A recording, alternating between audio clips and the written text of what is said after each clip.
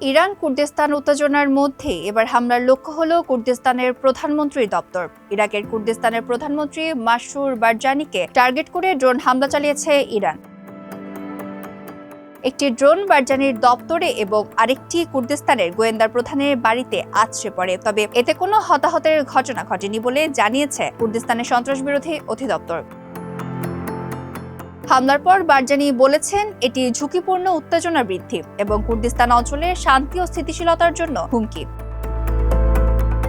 গত ফেব্রুয়ারিতে যুক্তরাষ্ট্র ইসরায়েলের বিরুদ্ধে ইরানের যুদ্ধ শুরুর পর থেকে কুর্দিস্তানকে বারবার টার্গেট করেছে ইরান। তাদের অভিযোগ, কুর্দিরা যুক্তরাষ্ট্র ইসরায়েলের স্বার্থ রক্ষা করে।